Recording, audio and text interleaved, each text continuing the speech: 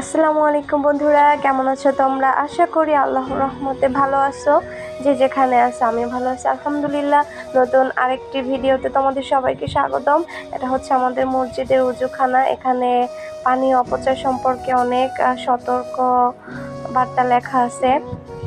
আর সতর্কতা এই জন্যই যে আমাদের বাড়ির মসজিদের পুকুর, যেটা সামনের পুকুর, এটা একদম সেই অনেক আগে থেকেই ছিল। নদীও কাছাকাছি বলতে এখন কাছাকাছি, আগে দূরে ছিল, তারপরও কখনোই পানির একদম অভাব ছিল না, টিউবওয়েল ছিল। আর এখন তো নদী কাছে এসে গেছে, পুকুর, টিউবওয়েল এবং এখন মানে অত্যাধুনিক সিস্টেম আছে।